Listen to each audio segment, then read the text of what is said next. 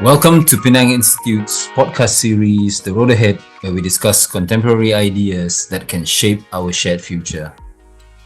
The US-China economic rivalry reached an all-time high, and Trump's threat of tariffs on China finally came into effect. Now at 10% or higher, if and of course when China retaliates already, Mexico and Canada are waiting in line for the next tariff hike, and so is the European Union. Are these signs of a desperate empire, or is it just another day of trade protectionism? My name is Fazil Irwansom, and with me is Bunn Nagara, Director and Senior Fellow of the Belt and Road Initiative Caucus for the Asia Pacific, Director and Senior Fellow of the Renaissance Strategic Research Institute, and an Honorary Fellow of the Perak Academy. Bunn, welcome to the show. Thank you, Fazil. So, tell us a bit about yourself and especially your intellectual journey to reach where you are now. I guess you hold many hats. So, if you can explain a bit about yourself. Well, in the past 4 decades or so, I've been basically involved working in two basic fields. One is journalism or the media, and the other in think tanks. And as far as I'm concerned, there is great similarity between the two and also some differences. As an editorial writer, I have been writing op-eds, my personal columns, as well as editorials for a couple of major newspapers in Malaysia, as well as for other regional publications here in Asia. In think tanks, I worked in Malaysia and in other Asian countries. And these tend to be research institutions with policy connections to the governors of the day. So it's been very interesting analyzing issues. And what I found, that I have been particularly motivated by are the anomalies between many of the existing narratives out there of the issues of the day.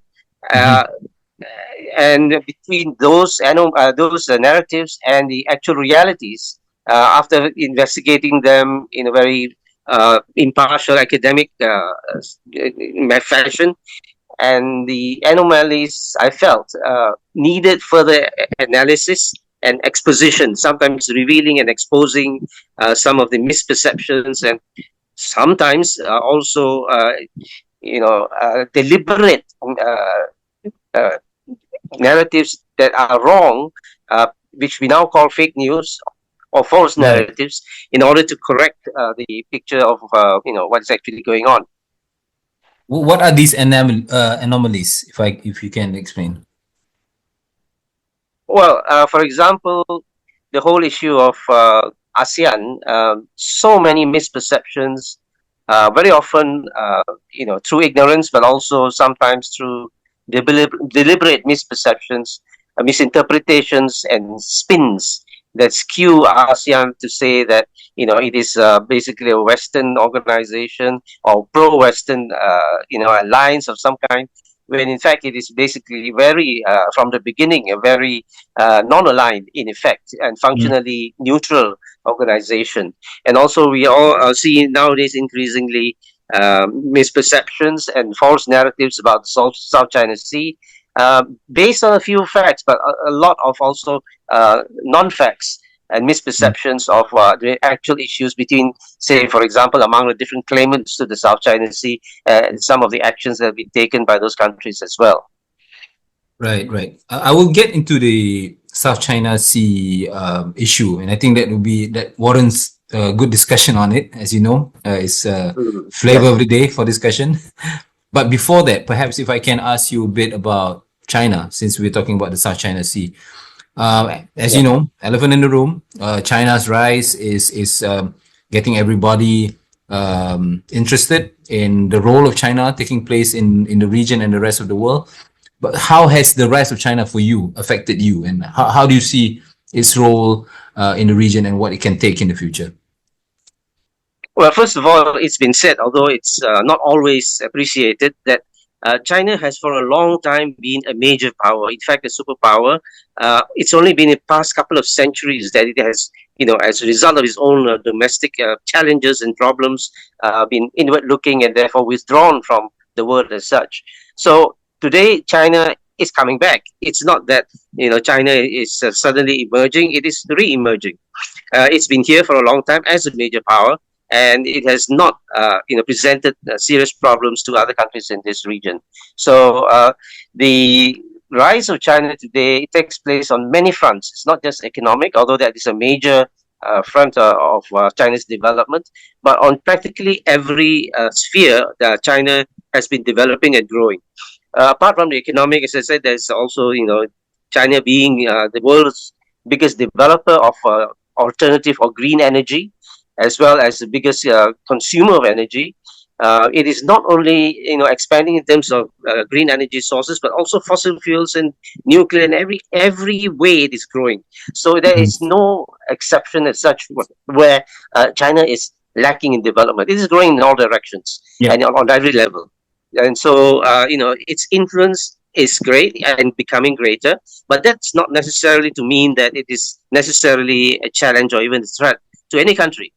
So we have to see China's growth where it is seen to be problematic in terms of the supposed rivalry with the United States, which is the preeminent sole superpower in the world.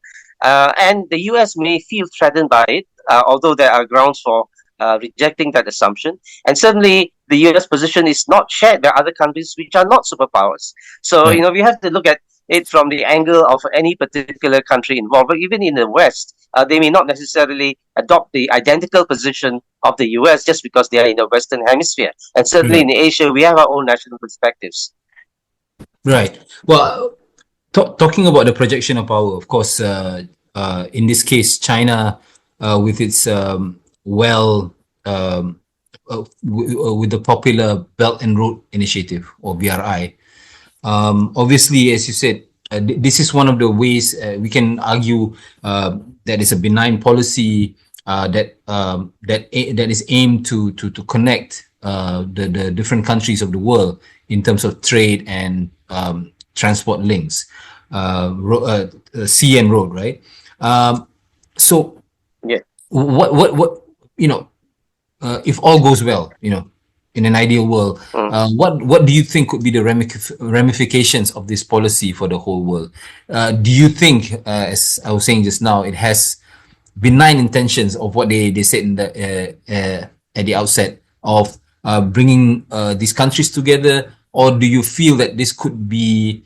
There's also talks about it could be a way to get developing countries indebted to China, in the guise of building critical infrastructure. What do you think of this? Well, first of all, I think in the real world where we are in, and it's not an ideal world, let's face it, there is no country that embarks on any particular project, however big or small, on an altruistic basis. It is always a shared endeavor. So in order to work with other countries, there has to be a common interest involved, or a set of common interests. And in the case of the Belt and Road Initiative, we have seen, and we know from studies that have been done, that it serves the interest of China as well as for other participating countries, because it is essentially about connectivity, and connectivity is the basis of development, trade, travel of goods and services as well as people. Tourism is just one. There's so many, a whole range of goods that are being transported and need to be transported. And so for China, it is because it has access to steel and labor. So it needs also to use these resources in a way that helps to develop the rest of the country as well. Because China is in a position of a lopsided development now, in that the eastern coastal provinces are far more developed because of their access to ports. But the inner or the interior, the inner or more western provinces are far less developed. So they need to even out that development, like any other colonized former colonies of countries that need to develop now. They need to have more balanced development throughout. Like in the case of Malaysia, our West Malaysia and West Coast is particularly developed compared to the East Coast and the East Malaysia. So we need to develop our country, more evenly as well. So in the case of other countries in the BRI, we need to have this global connectivity in order to develop, throughout the region, and connecting Asia with Europe through Africa as well. Now, the idea that it is somehow a death trap, as it is said, Yeah. called by some people, is a myth. All right, studies have been done and shown, and these are from quite reputable Western institutions themselves.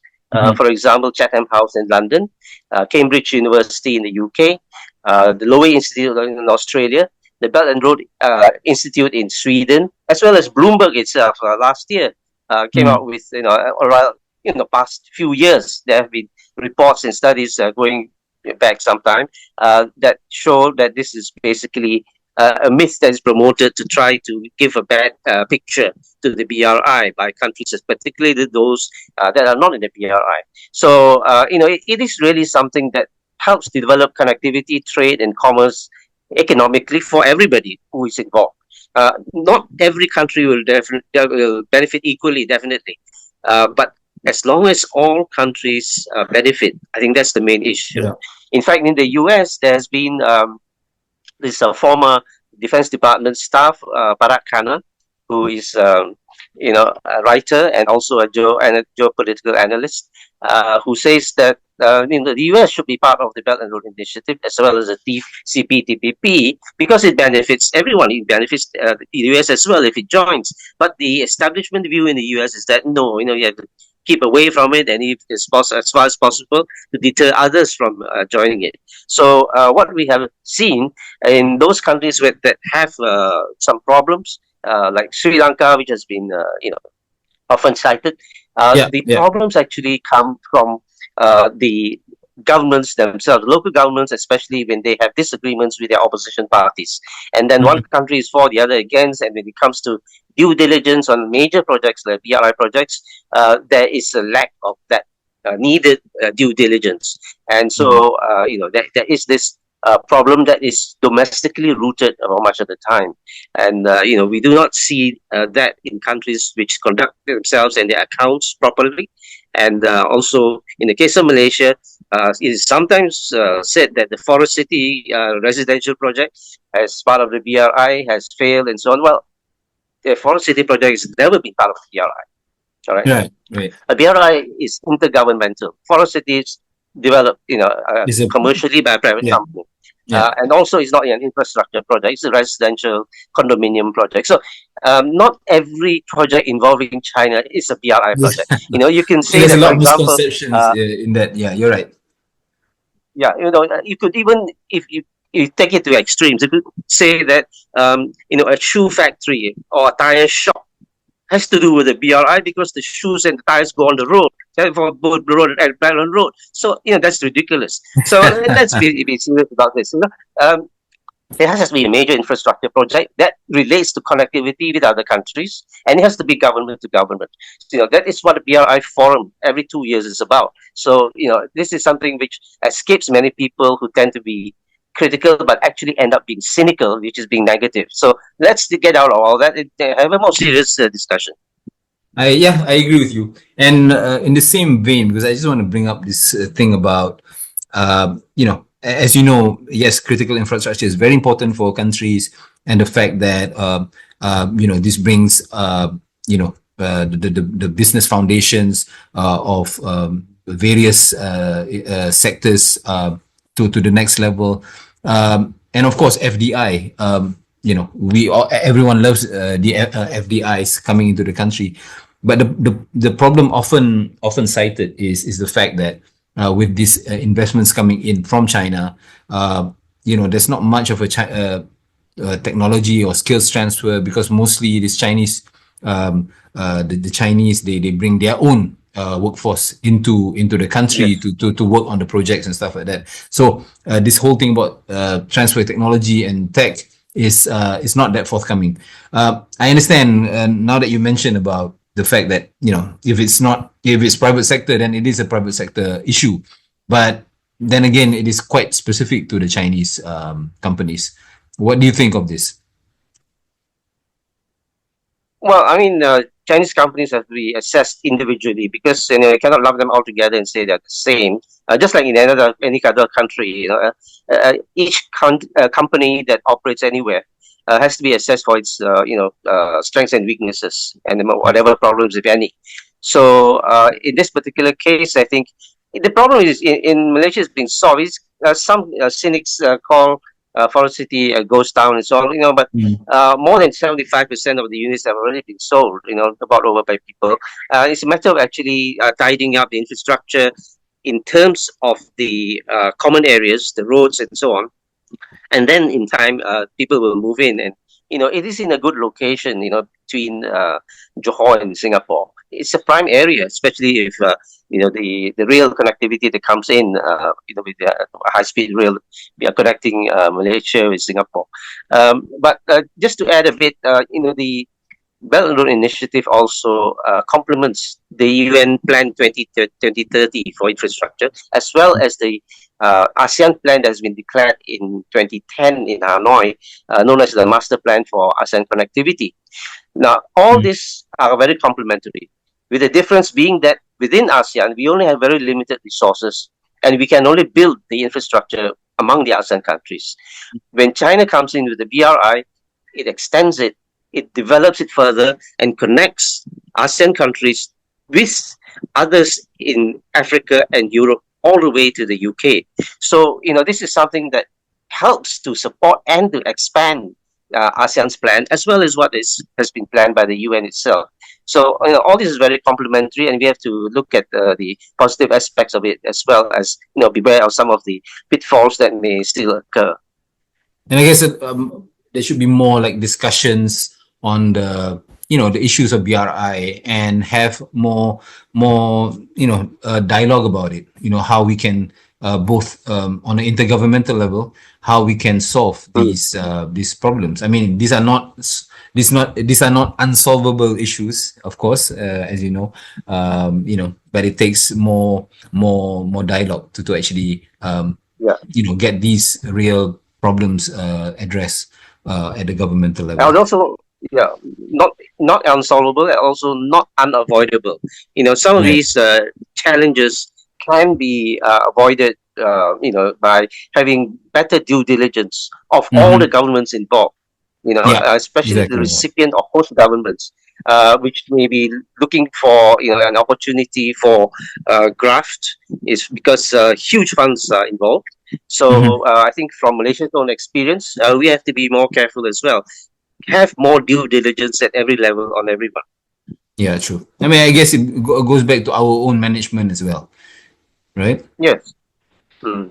Okay. Well, let's move to trade. As we know, the US under Trump 2.0 is waging shall I say, a tariff war across the globe, imposing tariffs on Mm. China, and soon for Mexico and Canada and the EU. How sound do you think this policy is? I mean, the fact that more than half of imports into the US are intermediary goods, wouldn't all this translate into higher prices of American products? And if American producers then are forced to substitute those imports by making it at home, as they are trying to do, can American labor costs compete with China's? I mean, these are all the No. questions that are floating about. But perhaps you have a different idea about this.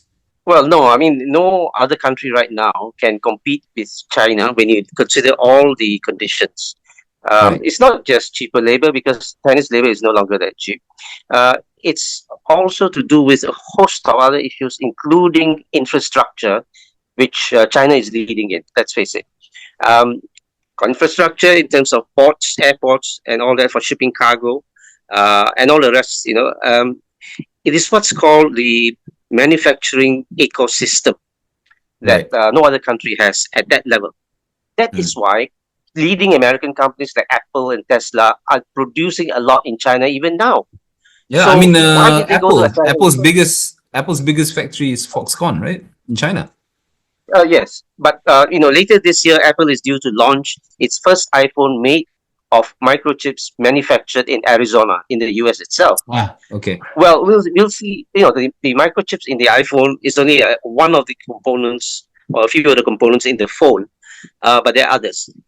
Well, the cost is not going to be less than what has been produced in China before this whole China plus one thing.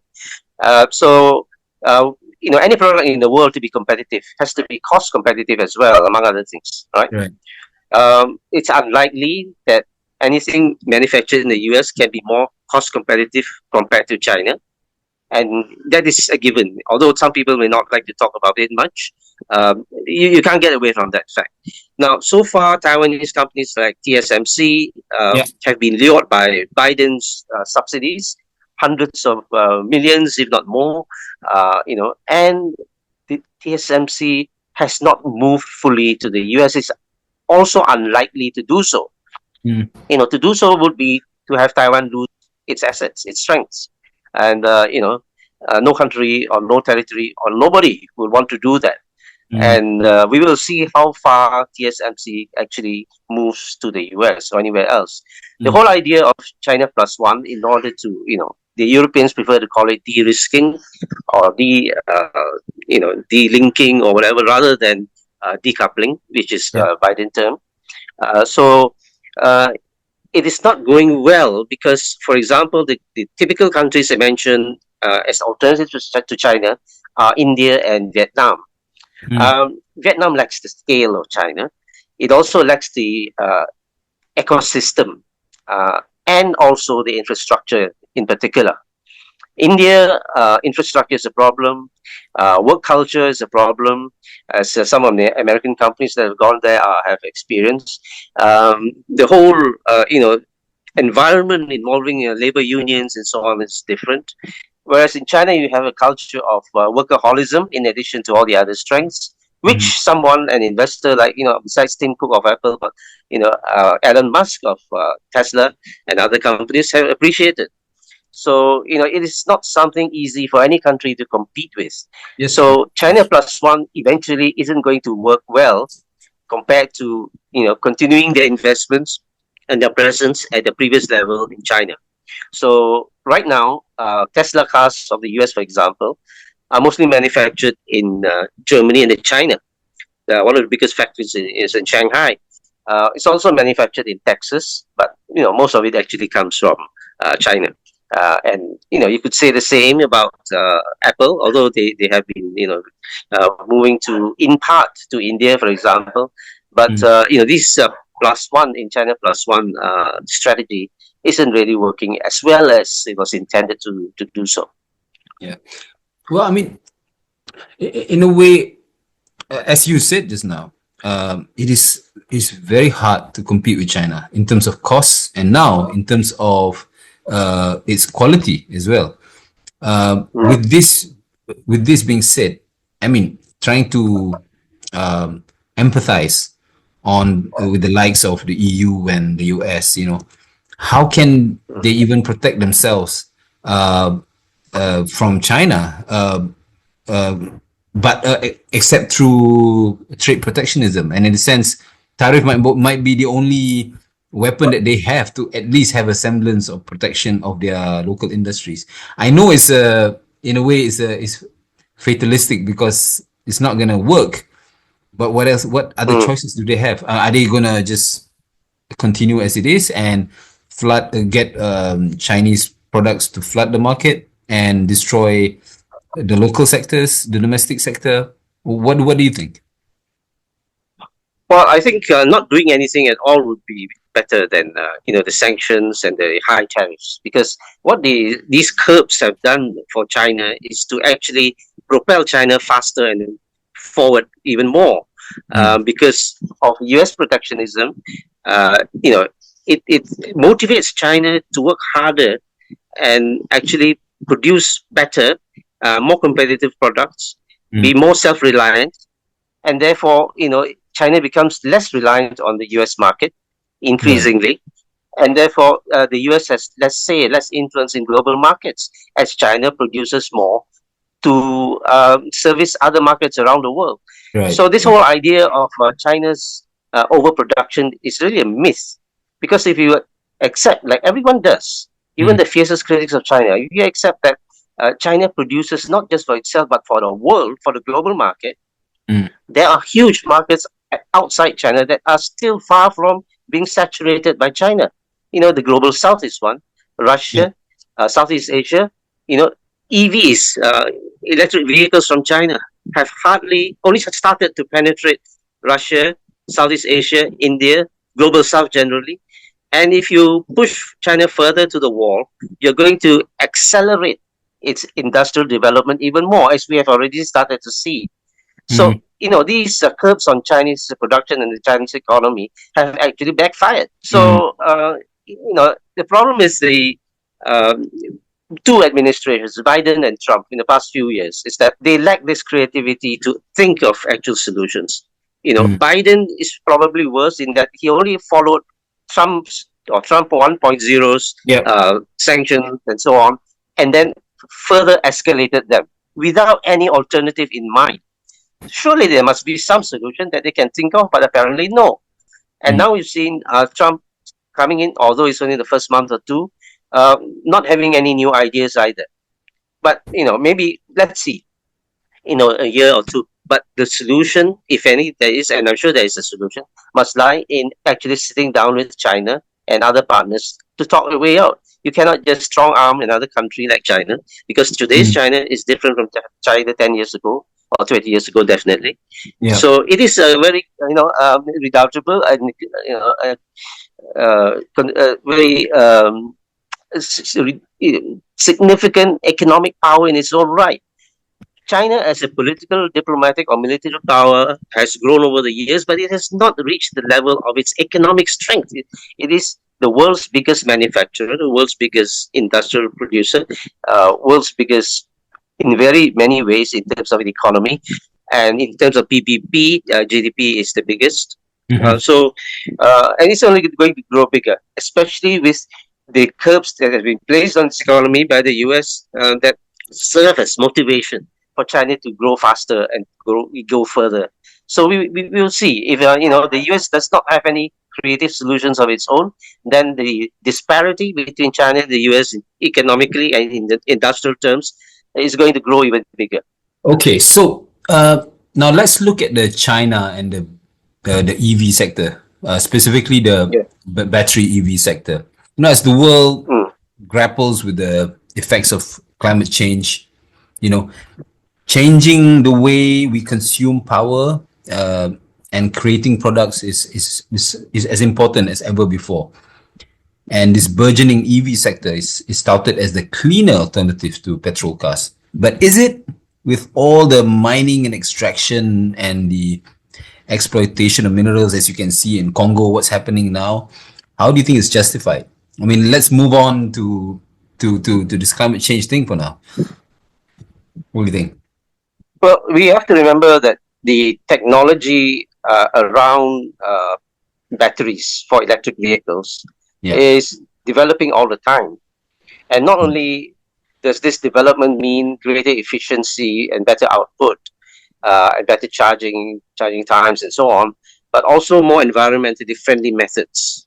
For example, batteries that used to depend on cobalt are no longer the in thing. We now have batteries that are cobalt free. So there's less mining, less pollution, less environmental issues. At the same time, there are other developments. For example, now even in the mining of lithium, scientists at Nanjing University, for example, have discovered just early this year a new method of extracting lithium from brine or seawater using solar energy. So there's no mining as we understand it. That is going to be the way forward, one of the ways forward. Right. And also, looking forward into the not too distant future, I'm sure in a couple of years, not only do we see electric vehicles on the road in greater number, but that we also will also begin to see electric vehicles being powered by solar energy. In Burkina Faso, what we have seen is that solar panels. Sorry, you saying? Yeah. Well, solar energy is solar panels are now come in different forms. We have, scientists have discovered or been able to produce solar panels that are curved as well as transparent, like a window pane, and we can expect cars in future to have not only the front and rear windscreens but also the windows being solar panels, and even horizontal surfaces like the roof and the boot and bonnet and so on being solar panels. That's coming. And we have also seen even the absorption of energy not only from sunlight but from moonlight. In some of the recent discoveries at Stanford University, this is being done. It's being developed now. The extent of moonlight, of course, is a tiny fraction of sunlight, but at the same time, it's a matter of efficiency and absorption. And that is work that's going on at the highest levels. In other universities, Sochao University, for example, they are able to extract energy from raindrops falling onto solar panels. That's been discovered. It's a matter of improving the technology now until it's marketable. So it's a matter of time. And even with existing solar panels, increasing efficiency is going on all the time. And efficiency also means being environmentally friendly. So, lithium, as we know it, in terms of batteries for electric vehicles, is only part of the story, and it will not be around for longer because better, more environmentally friendly methods are being discovered all the time.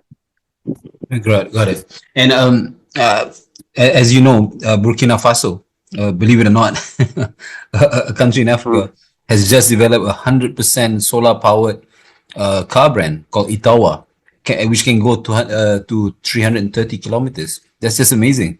So technology, as you said, technology is changing, and even countries like Burkina Faso are able to produce such an amazing alternative to what we have now. And you're right. If there is any use at all of these technologies, it's to basically reduce or even completely eradicate this whole thing about extraction and destroying the climate, the planet, right? Yes. So this is going back to your question earlier about China and some of its issues and challenges being presented through its rapid industrialization. Yeah. Over 20 years ago, I was interviewed by an American researcher who asked me about, what the challenges might be in future in a very industrialized China. And I thought there was no issue and no problem at all for China to increase its capacity. It is able to produce at scale, whatever the huge the scale may be. But I was not sure about the environmental impact of that, because huge industrial production usually means huge extents of industrial pollution in the atmosphere, in the water, and so on. But we have all been very positively impressed by China's ability to control this and to restrict it. Actually, if you remember in the Beijing Olympics, the pollution in the air was so bad that it was, worrying for the athletes who have to breathe in the air, and therefore the Chinese government had to keep off traffic around those sites and stadiums, and to ensure cleaner air for I remember the that. sports. But now when you look at the extent of electric vehicles on the roads in China, that's no longer an issue. And the other measures as well, solar panels. It is the world's biggest producer of EVs and solar panels. The problem is that there is this double standard of hypocrisy between China and the West, where not too long ago the West was pressuring developing countries, including China, that you should take care of the environment and not industrialize too much and so on, with the assumption that there can not be any technological improvement in the environmental standards. But what we have seen actually happen is that China is leading in producing these for the world, and it is the Western countries that are limiting their imports of solar panels and electric vehicles that would help, clean the air for the world. Because in order to help to stop climate change and global warming, not only have these, devices to be adopted, they have to be adopted at scale. That means being affordable. And only China can produce these affordable prices for the whole world, all countries to adopt. But the Europe and the US holding back because of relatively petty issues of competition, and because they are less competitive, they are not adopting these technologies in the way they should, at the scale and the level that they should, and therefore they're holding back climate change mitigation efforts and so on, which have really turned the tables between the global South and the West. Right. You're right. I mean, there's a lot of protection, of course, when it comes to China, because obviously it is producing so much and at a fraction of the cost that can never be replicated in the West. And I think that's just a knee-jerk reaction of protecting themselves from. But as you said, it is not. It is a strategy that is doomed to fail because you know the production, the exports will just go elsewhere, right? Well, But we have to also remember that the solutions lie in alternative models for the West, alternative economic models of production, especially because the high prices are actually to protect the industrial moguls to have their billions in profits. Okay, yeah, yeah, and yeah, that is what we've seen in the challenge posed by DeepSeek. Right, it's free, yeah, it's on the internet, it's for the public, and yeah. therefore that is a model that is benefiting the world, but not the interest of the big pockets of the industrial moguls. So if you Mm. continue to have a system where majority are disadvantaged because a small minority want to profit immensely, then you're not going to be competitive against China. So in order to be competitive and to succeed, you have to change your industrial model. Okay. Talking about industrial models and exporting of goods, I want to touch a bit about productivity, about production. As you know, this Yeah. China is this big behemoth of production for the global economy, and you can see the world is racing to ramp up their GDP numbers. Everything is all about GDPs. It's all about producing.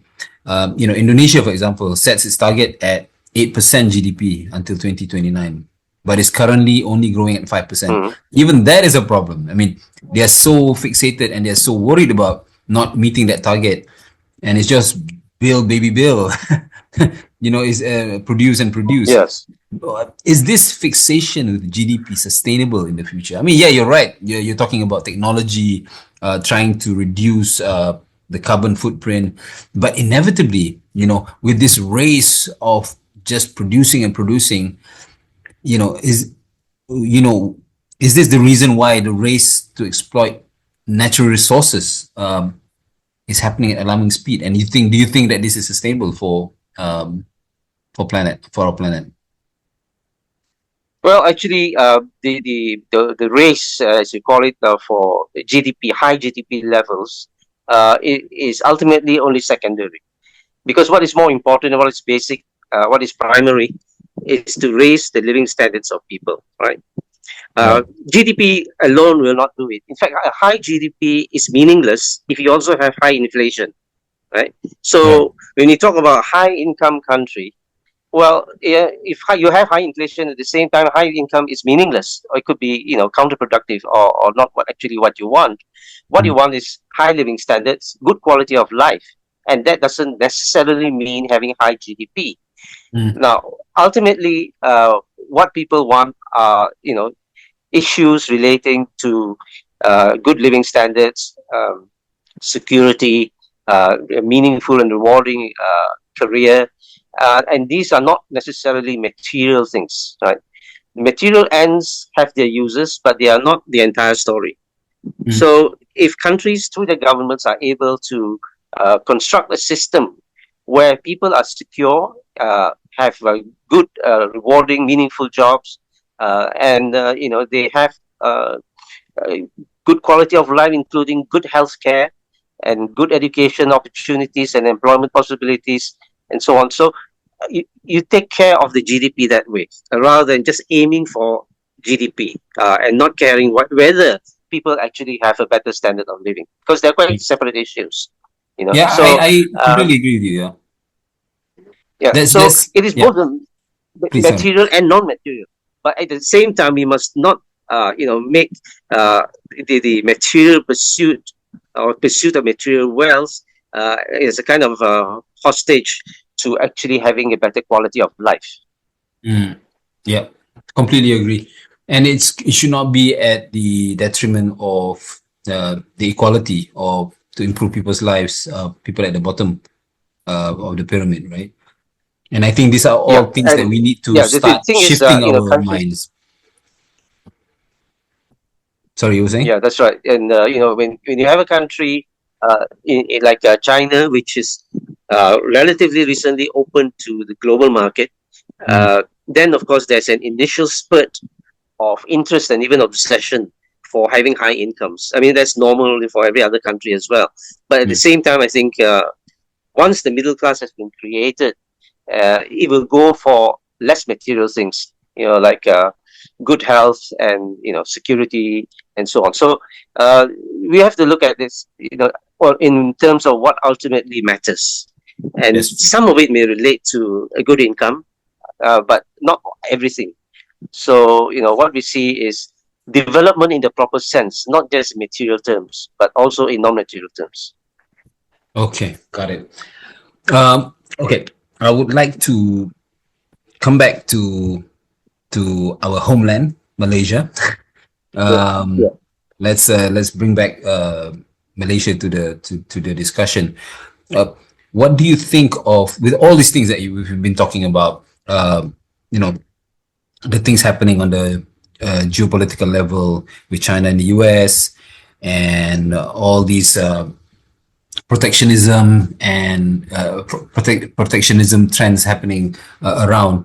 What do you think of Malaysia's foreign policy trajectory thus far? Do you think we've been doing okay? I mean, obviously, we've always pride ourselves with being neutral, staying on course on a non-aligned path that has been benefiting us for many years. Do you think this should continue that way, or we should take a stance on certain things? What do you think? I think the most important thing, we take a stance on retaining our non-aligned position, because that is Right. the only reasonable and progressive position to take for any country.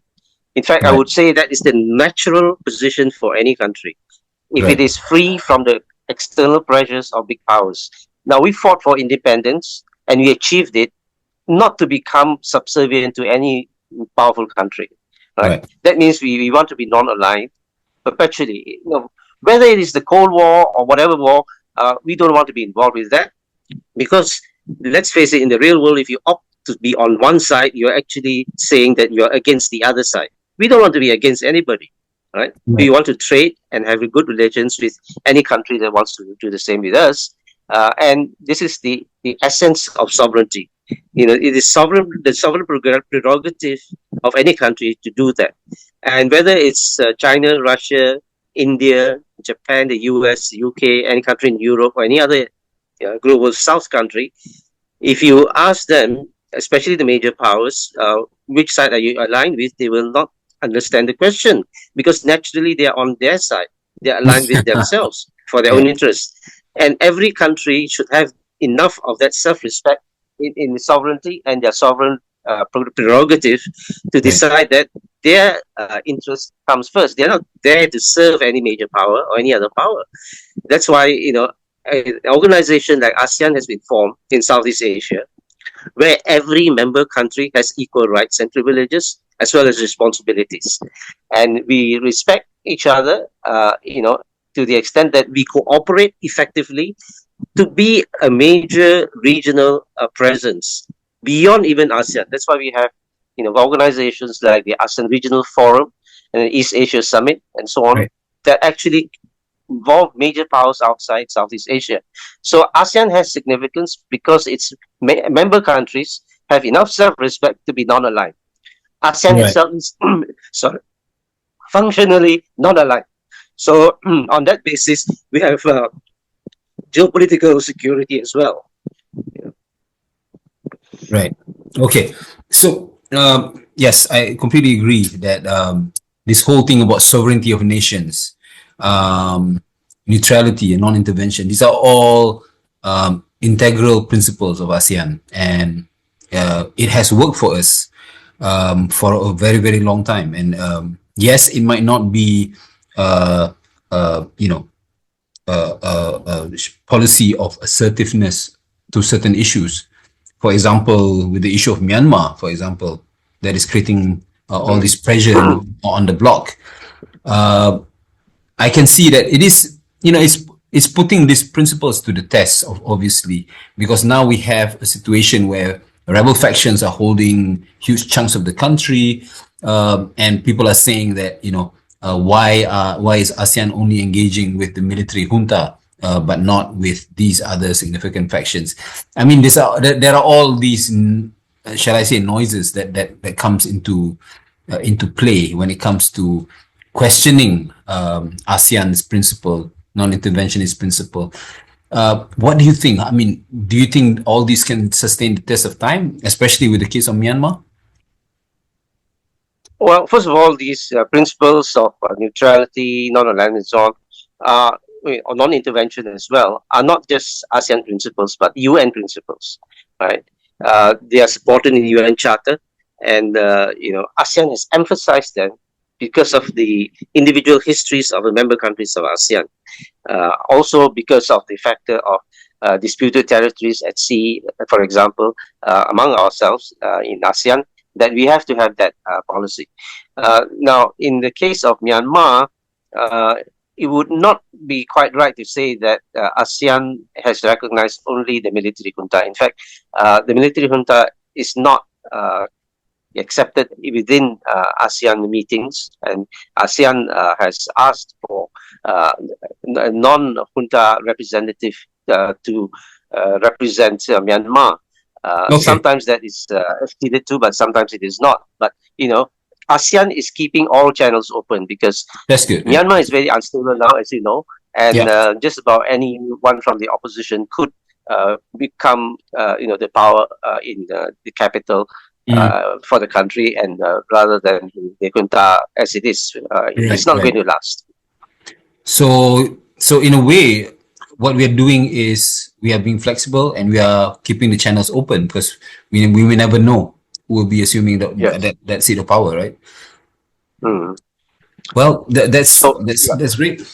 Yeah. Mm. Uh, So okay. Yeah. Sorry, please. I think we were talking about the connectivity and so on, but before connectivity, what is the more basic than connectivity is communication. And Right. with Myanmar, we have the communication lines open to the opposition that have been ousted, as well as to the junta, because it is there. And, it could well change very soon. And Yeah. communication also is important in the BRI projects. For example, it's well known. China is at the center of it. It's a China proposal, but it's also a collective effort by other countries together with China.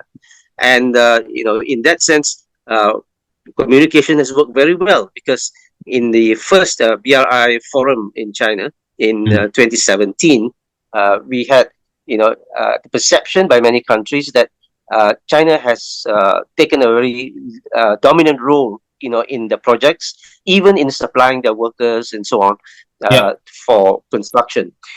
But that feeling had been communicated to China in very diplomatic terms, and it was accepted. Therefore, by the second BRI forum in 2019, just before COVID spread, it was different. The whole discussion format was more open, more collegial, more consensual. And, it was more a participatory discussion, as it should be, by many countries as well as China. And then it is improved from there. The third BRI, summit or the forum just a couple of years ago, and so on. So keep your communication channels open with everyone so that the end result will be better in that it is more consensual and more agreeable for everybody. And that's how the way diplomacy should work, as well as economic projects like the BRI. Yeah, and I would say we could extend the same thing to the South China Sea issue, right? I mean, obviously, Yes. for people in ASEAN, the South China Sea issue with China is not really a big deal, but for No. the Western world, it is a it is a point of contention, and I think, Well, as you said, that's this right. principle Mm. of respecting people's sovereignty and always Mm. keeping that channel open to address what are the issues, I think is a way better recourse to Mm. solve these sticky issues like South China Sea, rather than being in a confrontational stance. What do you think about that? Yes, of course. I mean, we've seen the results of it as well. Some of the results, anyway. I mean, the extensive claim on the South China Sea by China was actually done in back in 1947 when the nationalist government on the mainland published maps, based on the 11-line. And Yeah. after the Civil War in 1949, the nationalist side fled to Taiwan, as we know, and the uh, Communist Party of China under Mao Zedong had inherited that claim. But then a few years later, in the early 1950s, it had a discussion with Vietnam, because Vietnam protested and said, the 11-9, a couple of them actually come into our territory in the Gulf of Tonkin. And there was a discussion, and it was agreed that mainland China gave up 2 lines until we have the 9-9 now. Whereas Taiwan today still insists on the 11-9. Taiwan has the most extensive claim to the South China Sea, and not the mainland of China. So through Interesting. negotiations, I think things can be worked out.